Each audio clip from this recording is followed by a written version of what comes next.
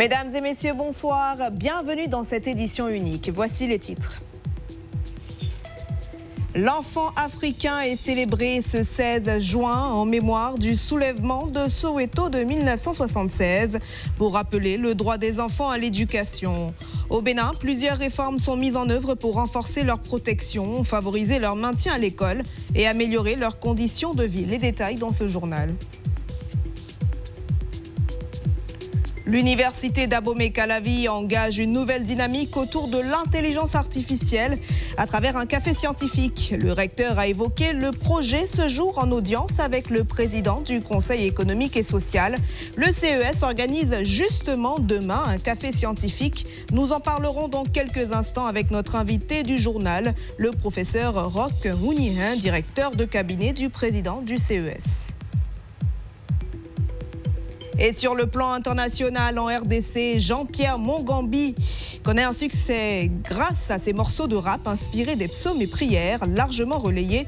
Au Kenya, les récifs coralliens continuent de prospérer malgré la hausse des températures. En Irak, Ali Faleh al-Azaidi a reçu Tom Barak pour discuter du désarmement des groupes armés hors du contrôle de l'État.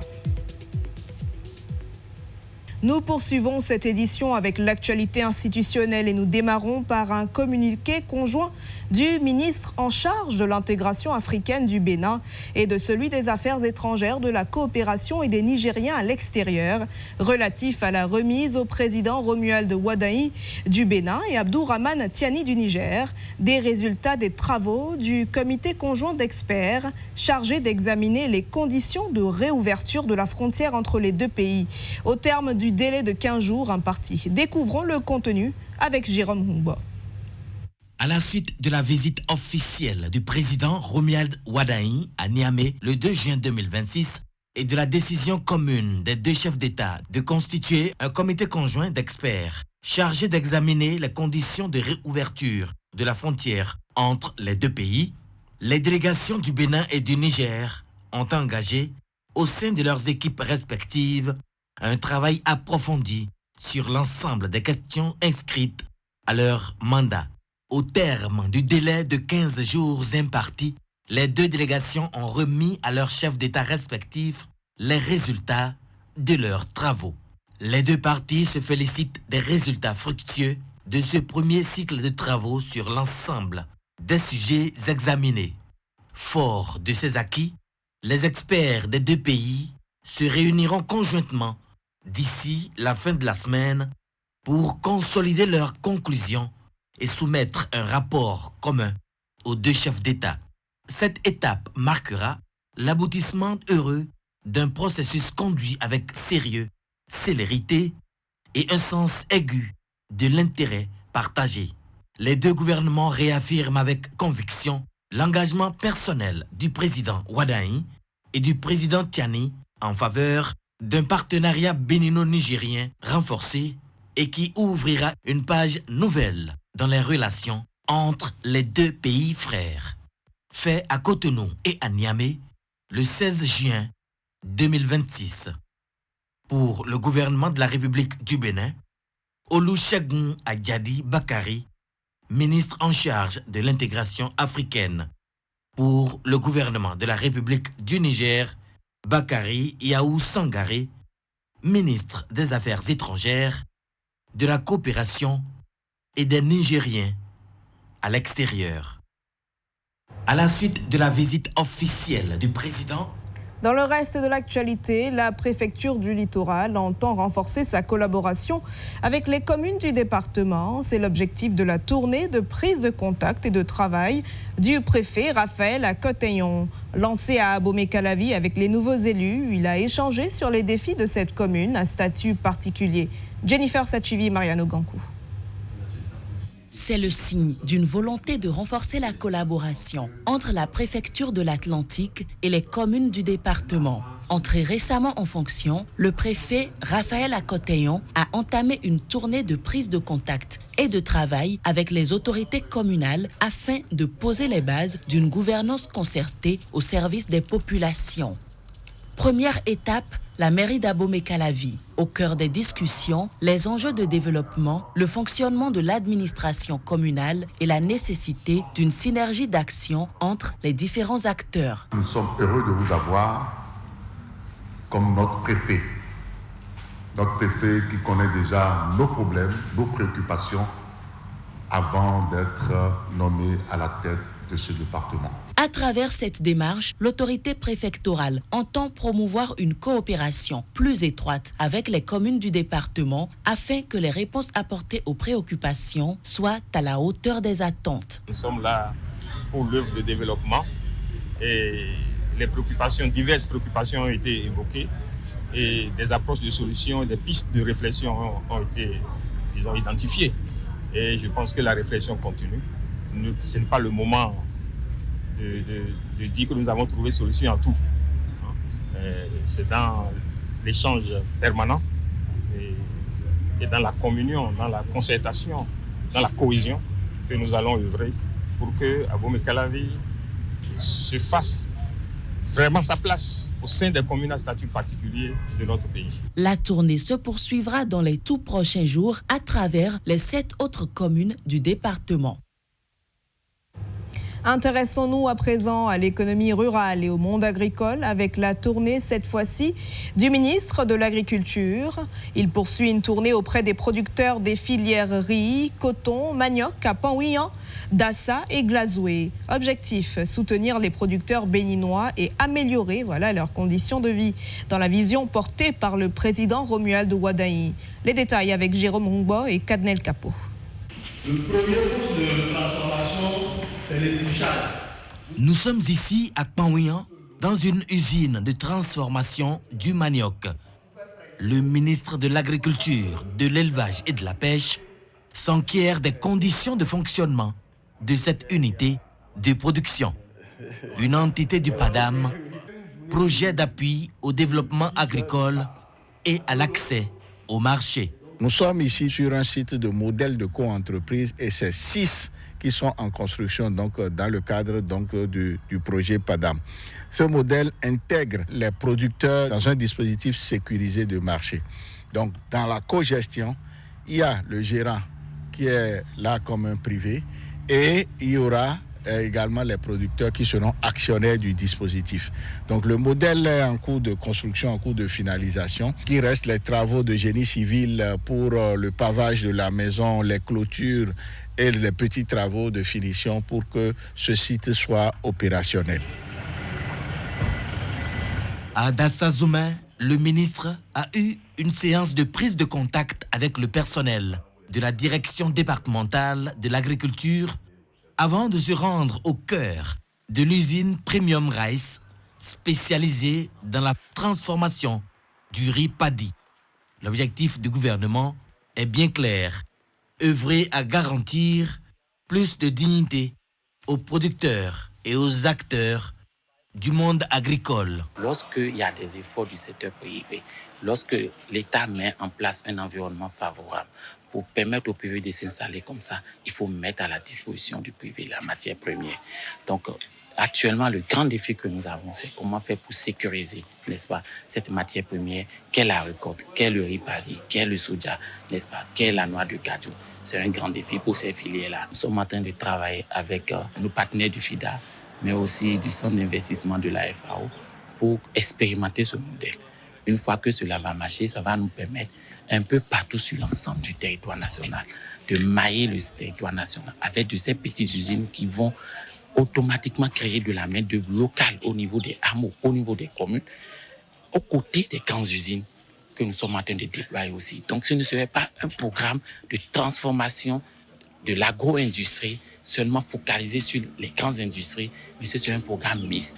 Les discussions sont en cours au niveau de plusieurs ministères. Donc, nous travaillons ensemble pour pouvoir trouver un mécanisme pour sécuriser, pas un mécanisme gendarme. Ce n'est pas un mécanisme gendarme, mais un mécanisme assez pacifique pour sécuriser en fait ces matières-là à la disposition, au profit, n'est-ce pas, non seulement des usines dont les capacités sont déjà installées, mais au profit de nos producteurs, nos exploitants agricoles qui, n'est-ce pas, ont besoin donc, de quitter l'extrême pauvreté vers la richesse. L'agriculture, c'est un métier énorme.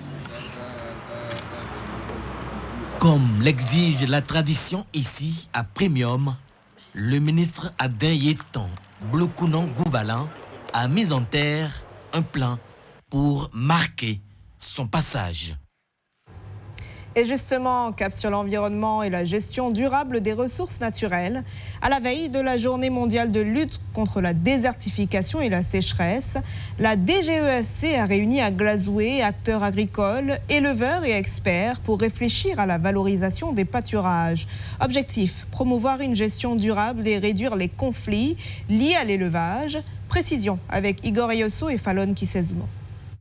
Il n'est pas un simple espace de nourrissage pour le bétail. Le pâturage représente surtout un maillon essentiel de la sécurité alimentaire, de la préservation des terres et de la cohésion entre agriculteurs et éleveurs. Ces nombreux avantages sont exposés au cours de cette rencontre entre agriculteurs, éleveurs et spécialistes de la question. Tous ensemble, nous avons réfléchi autour de ce que le pâturage peut apporter comme importance écosystémique, importance écologique et surtout importance économique pour nos populations. Il est loisible pour un paysan de s'installer quelque part sans savoir que c'est un couloir de transhumance. Il est également loisible pour les animaux de passer par quelque part où on a fait du champ parce qu'on ne lui a pas dit que c'est pas par là il faut passer. Et c'est là que naissent les conflits entre agriculteurs et éleveurs, un phénomène récurrent où nul ne veut porter la responsabilité. Avec les propriétaires de terrain, donc, on est chassé tous les jours. Là où on a mis un pâturage pour passer, donc on fait le champ encore là. C'est la cohabitation maintenant qui manque aux éleveurs.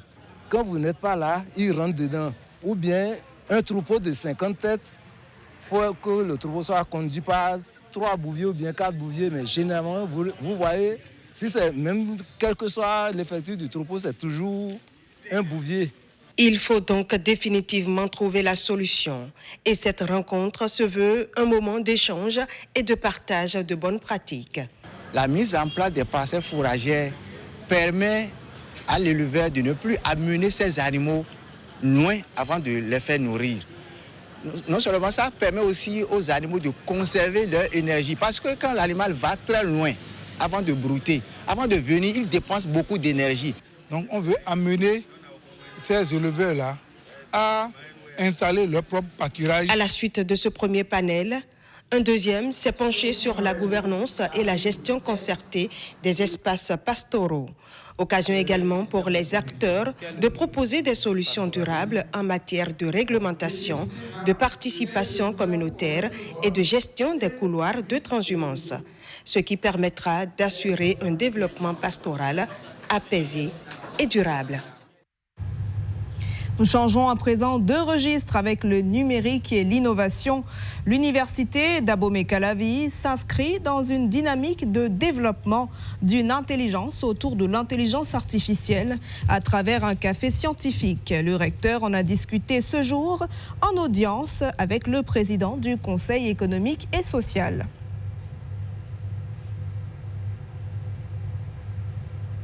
Nous l'annoncions en titre, mesdames et messieurs, dans le cadre des cafés scientifiques du CES consacrés à la stabilité financière qui démarre ce mercredi, nous recevons ce jour professeur Roch Ounihan, professeur de sociologie, directeur de cabinet du président du Conseil économique et social. Professeur, bonsoir.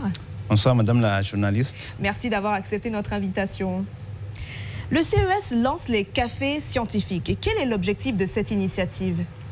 Merci pour l'occasion, l'opportunité que vous vous donnez au Conseil économique et social d'échanger avec le public sur cette activité majeure que nous organisons demain. Demain, mercredi 17 juin 2026, selon 2 modes. Un mode présentiel au Novotel, au Richard Cotonou, à l'hôtel, mais également un mode virtuel rassemblant 2000 personnes, 2000 participants qui sont déjà inscrits sur les plateformes du CES. En fait, cette activité que nous avons dénommée les cafés scientifiques du CES s'inscrivent dans 2 attributions majeures de l'institution. des attributions consacrées par les nouvelles lois, notamment une loi adoptée par l'Assemblée nationale en 2024 et modifiée en 2026 tout récemment, en mars dernier. Des attributions, la première, c'est de concourir à la connaissance et à l'imprégnation des populations, des décisions, des règlements, des lois promulguées au niveau national, au niveau des instances publiques, donc faire la base, mais également de faire la remontée. De faire la remontée des préoccupations majeures des populations vers les instances publiques. Donc, vous convenez avec moi que le CES, avec ses attributions, s'inscrit dans une exigence de proximité avec les populations. Et si vous suivez un peu l'évolution de l'institution, dès que la 7e mandature, les conseillers ont pris fonction en février 2026, dès le mois d'avril 2025, ils ont gagné une tournée nationale pour s'imprégner de ces préoccupations-là. Et au titre des préoccupations qui ont émergé en avril 2025, on a eu la transhumance, on a eu l'insécurité, on a eu également les migrations. Mais il y a une préoccupation récurrente, c'est la cherté de la vie. Et comme ils savent bien le faire, les conseillers sous l'égide de leur président, M. Conrad Baguidi, ils en ont fait un sujet d'autosaisine, la cherté de la vie. Et si vous vous rappelez bien, donc, en novembre, il y a eu un rapport qui est sorti sur la cherté de la vie pour voir un peu les déterminants de la cherté de la vie, ses effets. Mais si vous vous rappelez, après novembre, en février 2026, cette année, il y a eu le Forum national, que nous appelons le FONACES, le Forum national du Conseil économique et social, qui a porté sur le panier citoyen, où nous avons débattu, vous étiez là, la presse, etc. D'accord. Nous avons débattu du panier citoyen, du pouvoir d'achat, de la position locale. Et après ça, donc il y a une série d'initiatives. Et maintenant, nous sommes au café scientifique. Et pourquoi avoir choisi pour cette première édition le thème de la maîtrise du budget, de l'épargne et de l'assurance? Et quels défis des ménages béninois ce choix met-il en lumière? Voilà, donc du niveau structurel, macro, nous sommes descendus au niveau micro des ménages. Pourquoi? Je vais donner quelques statistiques. Au Bénin, nous avons un taux d'informalité qui tourne encore autour de 85%, malgré les efforts du gouvernement. Le taux était de 97% en 2008, mais en 2023, autour de 85%. Donc il y a un effort. Et nous remercions également le gouvernement pour avoir créé le ministère du Commerce intérieur en charge de la formalisation de l'économie. Nous sommes également dans un contexte où la jeunesse, c'est également 46,8% de la population. Mais également un taux préoccupant de sous-emploi qui tourne autour de 72%, même si le taux de chômage tourne autour de 2,4%. C'est des chiffres qui montrent la nécessité de travailler à ce que les populations épargnent davantage, parce qu'en cas de sinistre, imagine le maçon, le mécanicien, le menuisier, la coiffeuse, les sinistres, c'est tous les jours. Accidents de circulation, décès, maladie, incendie, il n'y a rien. D'accord. Et je vais vous poser une dernière question. Quels résultats concrets attendez-vous de ces premiers cafés scientifiques? Comment les recommandations formulées seront-elles prises en compte par les pouvoirs publics? Premièrement, nous rassemblons les compagnies d'assurance, les banques, les systèmes financiers décentralisés, mais également les jeunes, les étudiants, surtout le secteur informel, afin qu'on puisse identifier, par exemple, les barrières psychologiques. Parce qu'il y a tellement d'outils, il y a tellement de produits que les banques offrent, que les systèmes d'assurance offrent, qui ne sont pas connus. Et même si c'est connu, il y a des barrières psychologiques, des barrières structurelles, des barrières culturelles. Donc c'est l'occasion de débattre de ces questions-là. Donc on aura une meilleure compréhension de ces barrières et des solutions plus adaptées. Et ces structures-là vont certainement renforcer les systèmes développés à partir des échanges, des produits plus adaptés aux populations, surtout du secteur informel. Et nous aurons à travers sur l'éducation financière, épargner, c'est 3 piliers. La gestion budgétaire, il faut une discipline financière. Deuxièmement, l'épargne. On peut, même avec 50 000 francs, 100 000 francs, épargner. Comme le disons au CES, lorsque vous ne pouvez pas épargner avec 100 000 francs, même avec 1 million, vous ne pouvez pas épargner. Et troisièmement, l'assurance. D'accord. Faire en sorte que les gens puissent... Il y a tellement de produits dans ce pays qui ne sont pas connus. Donc, faire en sorte que les gens puissent s'assurer. Même avec 5 000 francs. Moi, j'ai découvert avec ces partenaires. Merci, professeur. Qu'on peut s'assurer avec 5 000 francs. Merci, professeur, pour votre rapport et excellente suite de soirée. Nous poursuivons avec l'actualité sur Bénin TV. La lutte contre les financements illicites demeure un enjeu majeur pour la sécurité des États et la protection des économies. Au Bénin, plusieurs institutions travaillent en synergie pour détecter les opérations suspectes et prévenir les risques de blanchiment de capitaux et de financement du terrorisme. À l'occasion de la première journée internationale des cellules de renseignement financier, les acteurs du secteur ont fait le point sur les avancées et les défis. Marcel Arrossi. Invisible pour le grand public, la lutte contre les financements illicites est pourtant devenue l'un des principaux fronts de défense des États modernes. Chaque opération suspecte est détectée, chaque réseau financier démantelé, chaque flux illicite intercepté contribue à protéger l'économie nationale et la sécurité collective. Au Bénin, les acteurs engagés dans ce combat ont marqué une pause pour faire le point sur les avancées enregistrées et les défis à relever. C'est dans cette dynamique que s'inscrit la célébration de la première journée internationale des cellules de renseignement financier. À Cotonou, responsables institutionnels, partenaires techniques et acteurs du système national de lutte contre les financements illicites se sont réunis pour mesurer le chemin parcouru et envisager les prochaines étapes. Aujourd'hui, le Bénin est reconnu sur le plan régional, sur le plan international, je dirais même sur le plan mondial, comme un pays qui lutte effectivement contre ces fléaux. Et les résultats sont là. Ces avancées sont réelles et patentes. Seulement que c'est un processus continu. Au fil des années, le Bénin a renforcé son arsenal juridique et institutionnel afin de répondre aux standards internationaux en matière de lutte contre le blanchiment de capitaux et le financement du terrorisme. Mais des défis subsistent. Le premier défi concerne la connaissance de la thématique. Peu sont ceux-là qui comprennent aujourd'hui ce qu'on appelle le blanchiment de capitaux, le financement du terrorisme et de la prolifération d'armes de destruction massive. Il faudrait que tous les acteurs qui concourent à la répression de cette thématique-là comprennent les infractions. Si le chantier reste permanent, les acteurs du dispositif estiment que le Bénin dispose désormais d'atouts plus solides pour répondre aux exigences internationales. On était passé de 20 recommandations non conformes ou partiellement conformes à moins de 7. Ça veut dire qu'il y a eu beaucoup de travail qui a été fait. Pour faire prendre une nouvelle loi, vous êtes conscient que ce n'est pas quelque chose qui vient du jour au lendemain. Ça implique un engagement politique très élevé. Et dans ce sens, nous avons la chance au Bénin que nous avons le soutien politique, nous avons l'engagement politique. Au-delà des chiffres et des procédures, c'est la crédibilité du système financier, l'attractivité économique et la confiance des citoyens qui sont en jeu. Poursuivons avec la commande publique. Lancement ce mardi 16 juin à Cotonou d'une session de renforcement de capacité au profit des acteurs publics. Cette formation vise à prévenir les non-conformités dans la gestion des marchés publics et à renforcer la transparence des procédures. Ghislain Poguet, Mariano Gankou.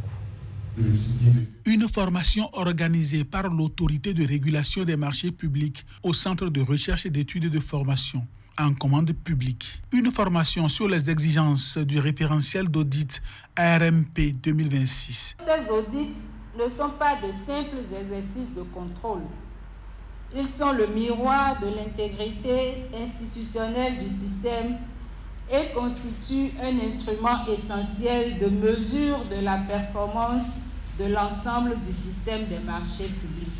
La commande publique constitue un levier stratégique de développement économique et social. Elle mobilise d'importantes ressources publiques et doit donc être gérée dans le strict respect des principes de transparence, d'équité, d'efficacité et de bonne gouvernance. L'audit occupe donc dans cette dynamique une place importante.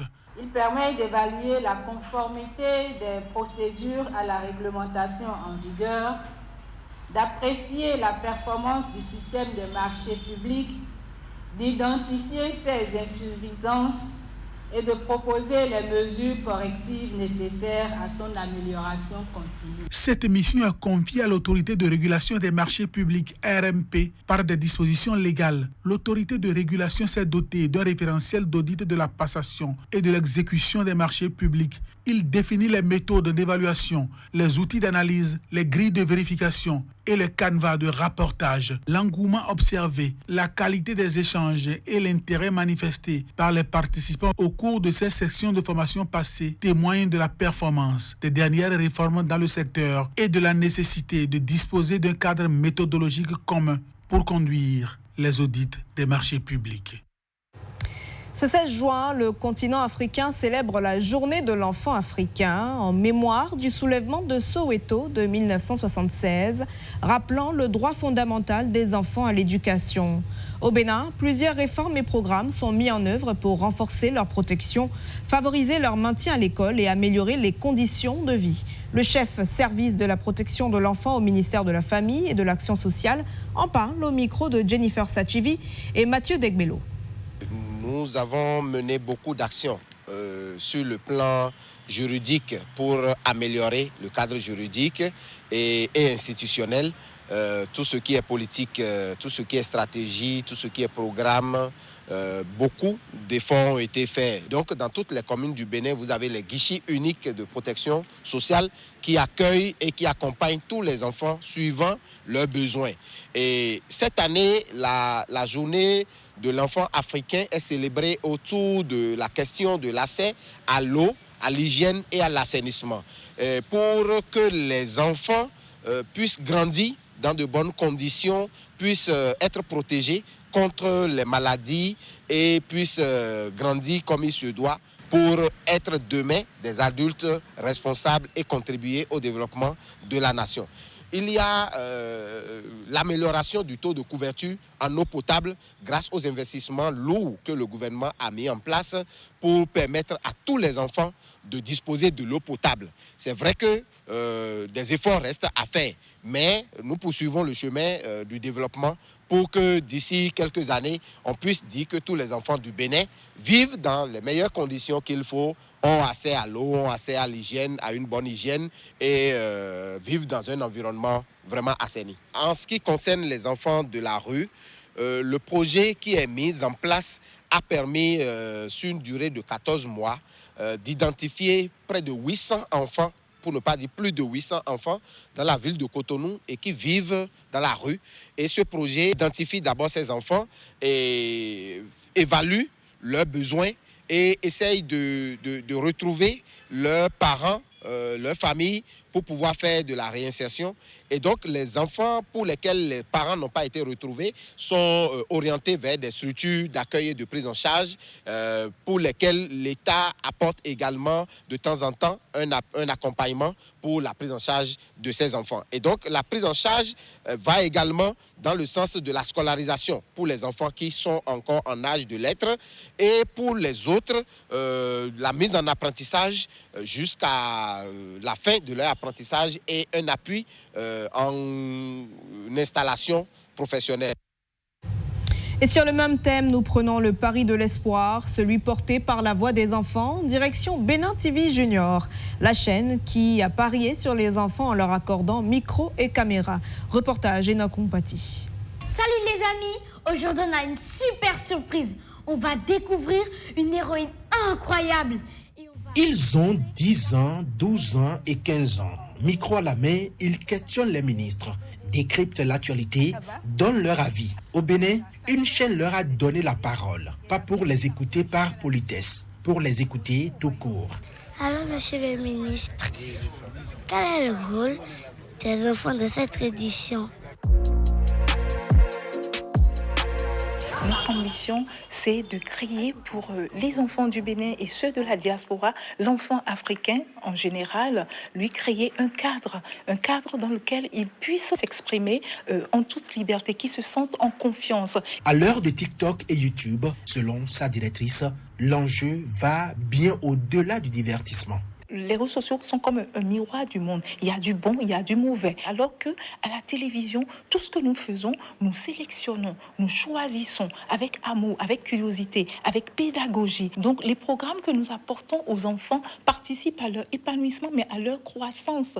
Mais comment on parle aux enfants sans les infantiliser ? Comment on obtient leur confiance ? Réponse avec ceux qui sont sur le terrain chaque jour. Comment est-ce que j'arrive à parler? C'est l'adaptation du langage. Ça dépend. Ça dépend parce que on a plusieurs tranches. Si par exemple c'est un enfant de 7 ans, tu n'es pas obligé de lui dire « Comment ça va ?» Non, mais tu lui parles normalement. Et aujourd'hui, on a la chance que le monde évolue très vite, à une vitesse vertigineuse. Et les enfants aujourd'hui sont très smart. Leur secret, considérer l'enfant comme un interlocuteur à part entière, un citoyen en devenir. Monsieur le Président, dans certains pays, le vote est obligatoire. Est-ce selon vous une bonne idée? C'est difficile de le dire.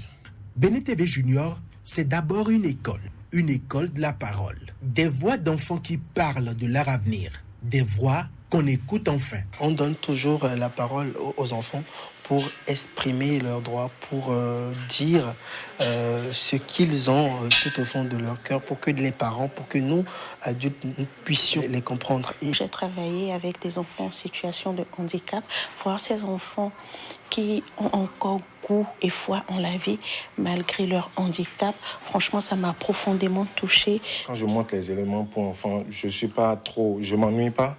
Inès Garoué-Fassia et ses équipes sont convaincus. Donner la parole aux enfants aujourd'hui, c'est préparer les dirigeants de demain. À quoi ressemblerait le vote dans le Bénin de 2060? Dans le Bénin de 2060, c'est vous qui allez voter. Éduquer, protéger, donner confiance, 3 mots d'ordre pour une génération qui grandit entre réseaux sociaux et fake news. Le Bénin poursuit sa révolution numérique. Dernière innovation en date, une application mobile qui permet désormais aux Béninois de la diaspora de renouveler leur passeport en seulement 30 minutes. Une avancée saluée par plusieurs compatriotes vivant à l'étranger. Reportage de Rebecca Kinjanhoundé. Des appels interminables, des déplacements sur des centaines de kilomètres pour des rendez-vous dans une ambassade, des semaines d'attente, parfois même plusieurs mois d'incertitude. Pour certains, il fallait carrément rentrer au pays afin d'accomplir une simple formalité administrative. Aux États-Unis, George se souvient encore de ces procédures longues et éprouvantes qui accompagnaient chaque renouvellement de passeport. L'ambassade à Washington DC est très éloignée de beaucoup de compatriotes. Et il fallait vraiment trouver le temps et les moyens toujours, qui ne sont pas toujours aisés, pour se rendre à Washington DC et aller faire cette formalité pour le renouvellement du passeport. Il faut revenir ou parfois être obligé d'aller jusqu'au Bénin pour récupérer le passeport lui-même. Didier Lando, lui, est un journaliste béninois vivant au Sénégal. Il rencontrait les mêmes difficultés. Avant, pour un Béninois vivant au Sénégal, pour renouveler son passeport, il fallait impérativement rentrer au Bénin. Il fallait donc prendre en compte le coût du billet d'avion, le coût du séjour, les tracasseries sur place, sans oublier les obligations professionnelles mises en pause pour aller faire cette démarche-là. Aujourd'hui, les lignes bougent progressivement. Après la dématérialisation de plusieurs actes administratifs, une nouvelle étape vient d'être franchie avec la mise en service d'une application mobile dédiée au renouvellement du passeport béninois. Depuis plusieurs années, nous observons au Bénin une volonté de moderniser l'administration publique, de simplifier les démarches et d'utiliser davantage les outils numériques pour rapprocher les services des citoyens. En instituant le e-pass, permettant à la diaspora de pouvoir renouveler son passeport en moins de 30 minutes et en ligne de n'importe où à travers le monde, le Bénin vient de démontrer encore que chaque jour, il repousse les limites de l'impossible. Plus rapide, plus simple, plus accessible, le service public béninois change de visage et la transformation ne fait que commencer.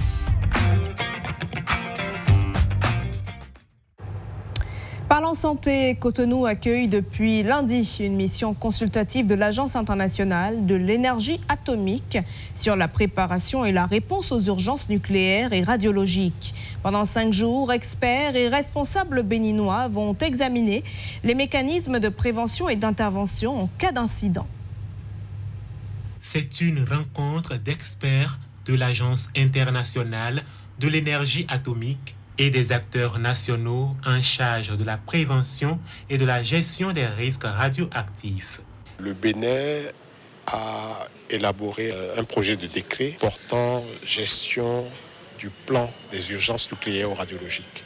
Mais nous traînons à mettre en œuvre les différentes dispositions qui sont prévues dans ce décret et nous avons sollicité l'appui de l'Agence internationale de l'énergie atomique pour venir évaluer ce décret, voir s'il y a des lacunes pour que nous puissions mettre en place une organisation de manière à pouvoir faire face aux urgences nucléaires ou radiologiques. L'exercice vise à renforcer la coordination entre les différentes structures impliquées dans la gestion des situations d'urgence. Le Bénin a fait beaucoup de progrès ces derniers temps en ce qui concerne la préparation pour les urgences radiologiques, mais encore c'est important d'identifier quand même les lacunes et les combler. Et là, c'est très intéressant cette semaine-ci d'avoir tous les partis qui sont représentés dans cet atelier.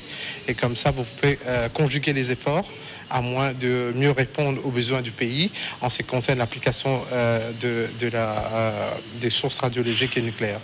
Ces experts vont passer en revue les mécanismes existants afin d'évaluer les capacités du pays à faire face à un éventuel incident radiologique. Une démarche qui s'inscrit dans la volonté du Bénin de se conformer aux standards internationaux en matière de sûreté et de radioprotection. Un reportage de Pedro Mansangwewa. La prévention sanitaire reste essentielle avant tout engagement durable ou projet de mariage. Connaître son électrophorèse apparaît aujourd'hui comme un geste clé pour prévenir la drépanocytose à Cotonou. Témoignages et sensibilisation rappellent l'importance de ce dépistage, encore trop souvent négligé. Koudous Abdoulaye et Macléode à Danroussodé. J'avais une grande sœur qui a fait un enfant et l'enfant est SS et ça n'a pas été facile jusqu'à 3 jours de maladie, l'enfant est décédé. Avant de dire oui, un autre rendez-vous s'impose, celui de la connaissance de son statut drépanocytaire. Lorsque je suis jeune et que j'ai envie de me mettre en couple et que j'ai un projet de procréation, je fais assez rapidement mon électrophorèse de l'hémoglobine pour connaître mon statut, connaître le statut de mon conjoint et à 2, nous nous rendons chez un professionnel de la santé pour savoir si nous sommes compatibles. Les premières démarches pour un conjoint ou une conjointe, c'est de connaître leur statut. Ça, ce n'est pas négociable. Dans les rues de la capitale économique, plusieurs personnes reconnaissent ne pas avoir effectué le test, à l'image de ce jeune homme. Je ne connais pas mon statut par rapport à la drépanocytose. Toutefois, à l'occasion du mois de juin consacré à la lutte contre la drépanocytose, il promet de franchir le pas. Je compte aller faire le test dans ce mois qui est dédié au test gratuit. Conscients des ravages de cette pathologie héréditaire, certains n'hésitent plus à prodiguer des conseils aux plus jeunes afin qu'ils intègrent ce réflexe dans leur projet de vie. Le test est très très important pour savoir avec qui je peux me mettre dans le couple, avoir des enfants et avoir des enfants sains. Ça doit être notre réflexion, à ça nous devons penser. Il faut prévenir, et prévenir veut dire aller faire le diagnostic très tôt, le diagnostic préventif, c'est ça qu'ils appellent dépistage. Le médecin rappelle les différentes compatibilités à considérer avant le mariage. Lorsque je suis AS, je vais me mettre en couple avec un autre sujet AA. Lorsque je suis AC, je vais me mettre en couple avec un sujet AA. Lorsque je suis SS ou SC, je vais me mettre en couple avec un sujet AA. Le fait que mon partenaire soit AA protège nos enfants et évite la drépanocytose à nos enfants. Au-delà d'un simple examen médical, la connaissance de son statut drépanocytaire s'impose comme un acte d'amour et de prévention.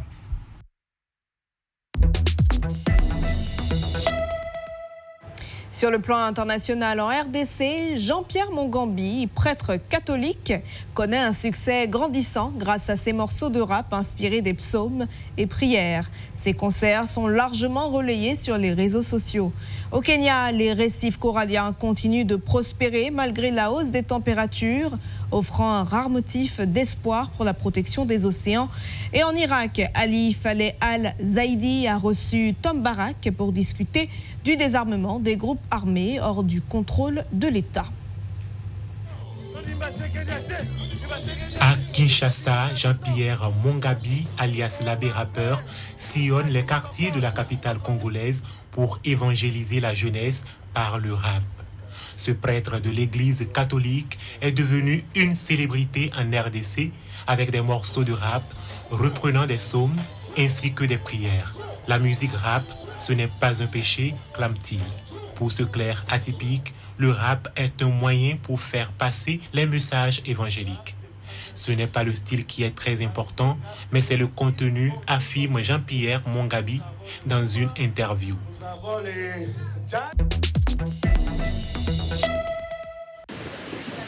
Une nouvelle étude présentée ce mardi à la conférence Nos océans dans la ville côtière de Mombasa, dans l'est du Kenya, révèle que 166 000 km² de récifs coralliens à travers le monde sont résilients face au changement climatique. Ce qui signifie qu'ils ont le potentiel de survivre à des épisodes majeurs de réchauffement des océans. Menée par la Wildlife Conservation Society et l'université australienne Macquarie, cette recherche remet en question les conclusions du GIEC, groupe intergouvernemental d'experts sur l'évolution du climat.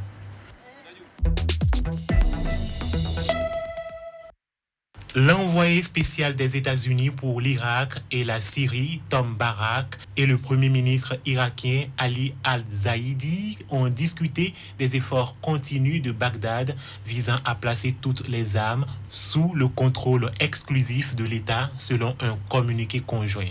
Les discussions ont eu lieu lors de leur rencontre lundi, indique le communiqué publié mardi par l'ambassade des États-Unis à Bagdad. Le texte précise que la réunion a porté sur la vision du gouvernement irakien pour construire un avenir meilleur, débarrassé du terrorisme. Mesdames et messieurs, c'est la fin de cette édition. À la suite de ce journal, retrouvez un documentaire. Savoureuse escapade lointaine au Sénégal. À 23h30, un documentaire. 5G et santé, quels sont les dangers? À minuit, rediffusion de la matinale de ce jour. Bonjour le Bénin. À partir de 1h, le plateau reporter de la Coupe du Monde 2026, suivi du match Argentine-Algérie à 2h. Excellente soirée sur Bénin TV.